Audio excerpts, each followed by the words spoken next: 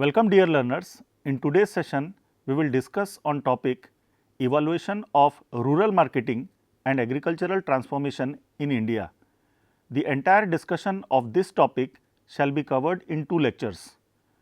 To start with the learning objectives, in today's lecture, we will cover first the evolutionary phases of rural marketing in India, second the historical transformation in Indian agriculture, third key agricultural policies and government initiatives, fourth challenges and future sustainability prospects in agriculture, and last impact of technological advancement on farming.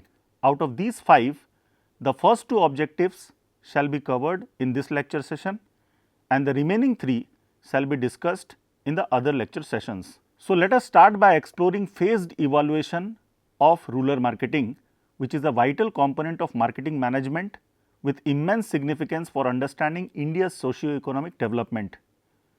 As learners, understanding rural marketing evaluation not only sharpens your academic perspective, but also provides practical insight essential for developing successful marketing strategies.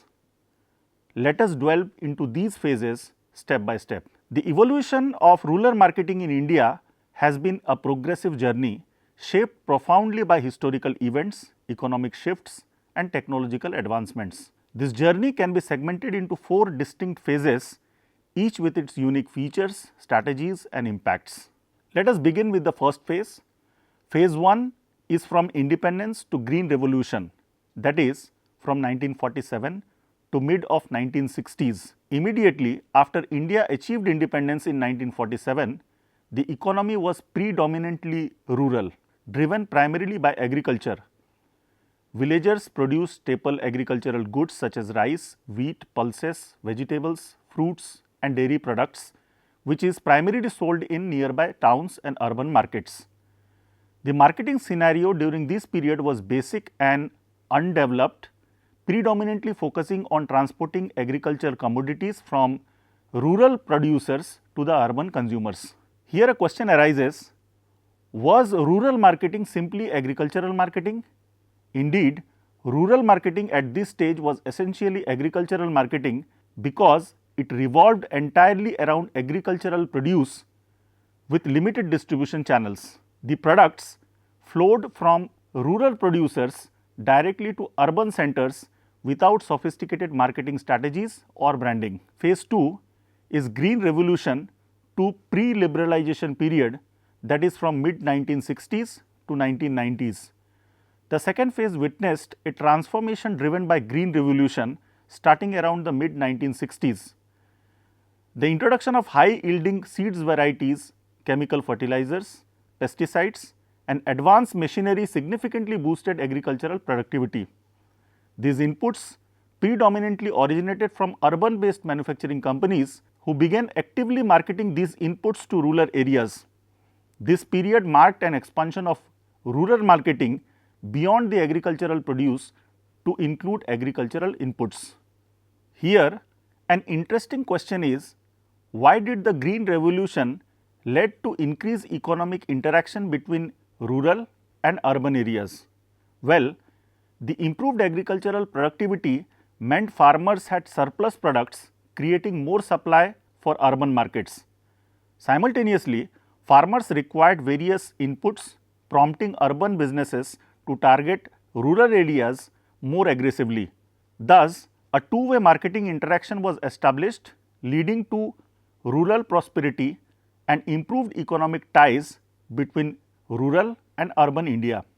Phase 3 is the post-liberalization period in the 20th century, that is from 1991 to 2000. The introduction of economic liberalization policies in 1991 drastically changed the India's marketing scenario. Companies began recognizing rural markets not merely as an extension of urban markets, but as a distinct market with unique consumer preferences and needs.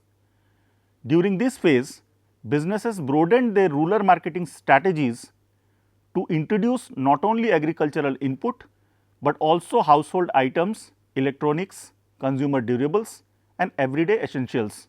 Reflecting on these shifts, one might ask, why did companies start to view rural markets as promising in the post-liberalization period? Companies identify a vast untapped potential in rural areas due to increased purchasing power, emerging consumer aspirations, and improved awareness.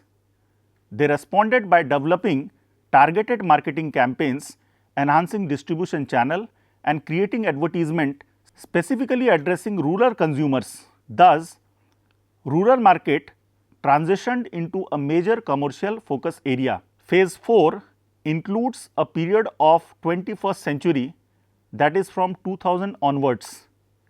Entering the 21st century, rural marketing evolved significantly towards developmental marketing, which is a comprehensive and inclusive approach aimed at sustainability and community empowerment. Companies began focusing not only on immediate sales, but on long-term rural development initiatives.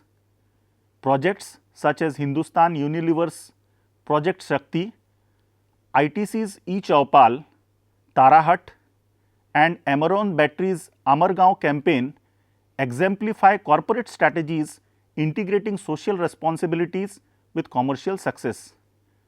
Today, companies aim at holistic rural development addressing infrastructure technology, education, healthcare, and livelihood enhancement. This represents a paradigm shift from solely transactional marketing to a relationship-based developmental approach that enhance overall rural well-being. Currently, rural marketing aims at improving rural life quality. It emphasizes economic growth alongside broader community development, including education, healthcare, technological advancement, and financial inclusion. Given that about 40% of India's population still faces poverty, rural marketing now plays crucial role, going beyond simple selling to becoming a powerful catalyst for social and economic upliftment. Overall, rural marketing today serves as an ambassador for development, spreading awareness and empowerment. They represent a transformative forces aiming to significantly impact rural lives and contribute to India's economic growth. Hence, by understanding these phases clearly illustrates rural marketing evolution from basic agricultural transaction to sophisticated developmental strategies. Moving ahead, we shall now discuss the background of Indian agriculture along with its evolution. Agriculture in India is more than just farming, that is, it shapes the livelihood of millions and ensures food security. Presently, around 42% of India's population relies directly or indirectly on agriculture, contributing approximately 18% to national GDP. Moreover, around 70% of rural household still primarily depends on farming, predominantly small and marginal farmers who cultivate small plot of lands. The journey of Indian agriculture is extensive, marked by significant transformations, that is, from traditional practices to colonial disruptions, independent reforms, and impactful green revolutions. In this session, we will delve deeply into historical background, current policies, challenges, and future sustainable growth prospects. To start with the historical overview, which is the second learning objectives for this session, we will now discuss the traditional farming practices before colonial rule. Indian agriculture before colonial intrusion was mainly subsistence oriented, rooted deeply in village economies. Farmers grew just enough food to sustain their families and communities, depending heavily on monsoon rains. You might wonder what happened if there was excess produce. Indeed, it is a good question. Excess produce was smartly stored as buffer against the poor harvest, serving as an early indigenous method of food security against the potential famines. Cropping system was diverse. Rice, wheat, millets, pulses, oil seeds and cotton coexisted harmoniously. Sustainable practices like crop rotation, organic manure use, and indigenous seed varieties were standard, aimed at preserving soil health and biodiversity. Land was generally managed communally, reinforcing collective responsibility and stability rather than profit-driven commercial interest. Discussing ahead the impact of British colonial policies on Indian agriculture. The entry of British colonial powers significantly disrupted traditional farming. Colonial policies drastically reshaped agriculture, often adversely impacting the rural economy and society. The introduction of permanent settlement or Jamidari system from 1793 created landlords or Jamindars who collected tax from peasants on the behalf of colonial administration. This system forced the peasants to have heavy debts with moneylenders, eventually leading many to lose their entire land. Additionally, agriculture transitioned from food crops to cash crops such as cotton, indigo, opium, jute, tea and oil seeds primarily cultivated for export markets. From 1860 to 1900, agricultural exports increased by over 500%. Unfortunately, these profits rarely benefited the local farmers, instead enriched British traders and a handful of local intermediaries. This commercialization made India vulnerable indeed. Shifting from nutritious staple grains like millets and pulses to commercial cash crops meant less food was available locally during famine years, contributing significantly to devastating famines in the late 19th century, as exports continued even amid widespread starvations. By the time colonial rule ended, India's agriculture was severely strained, marked by stagnant productivity, widespread rural poverty and exploitative land system. Continuing with post-independence agricultural reforms, India's independence in 1947 made a significant agricultural reforms. The nation inherited a cross-ridden agricultural economy with a low productivity, frequent famines and oppressive landlord-tenant structures. The question here is, how did independent India respond to these agricultural challenges? The answer lies in a comprehensive land reform.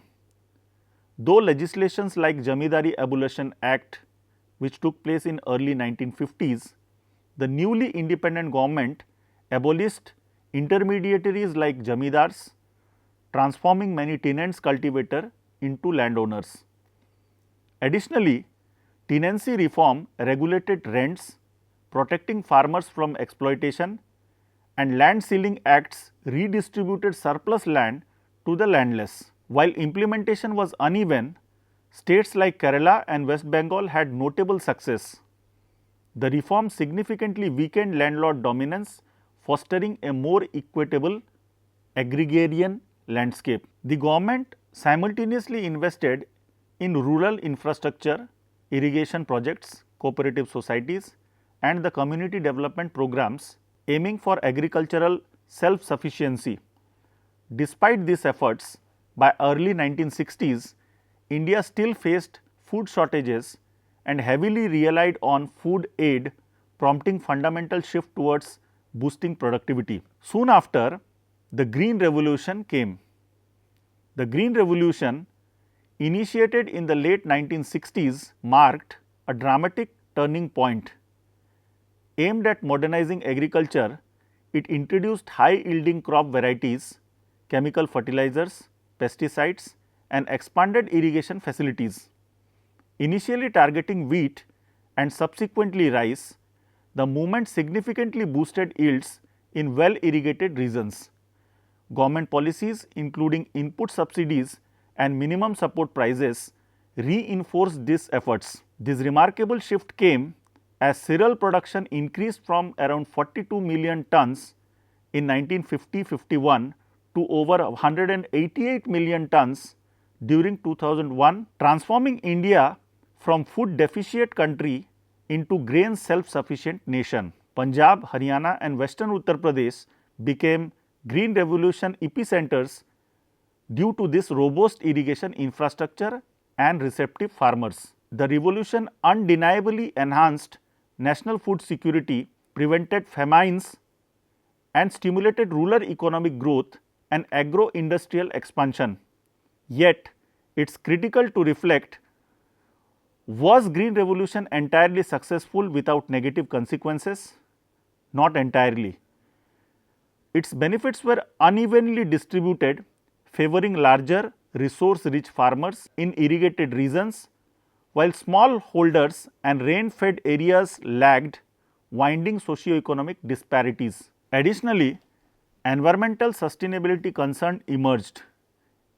Intensive chemical fertilizers, pesticides and water uses led to severe soil degradation, groundwater depletion and ecological damage, posing significant long-term threats. Crop biodiversity diminished, increased susceptibility to disease and pests. Economically, the high input cost drove small farmers into debt, leading into a phenomenon known as reverse tenancy, where small farmers leased their lands to larger operators or agribusinesses, effectively becoming agricultural laborers on their own land. To summarize, Indian agriculture's historical evolution reveals both triumphs as well as challenges. From stability of traditional system disrupted by colonial exploitations to independent India's transformative reforms and the mixed legacy of green revolution, we see a mixed picture. Understanding this journey helps appreciate present day agricultural challenges, policy discussions and sustainable development strategies vital for India's future. In our next session, we will explore contemporary agricultural challenges and emerging opportunities to ensure sustainable growth in crucial sector. Until then, thank you very much.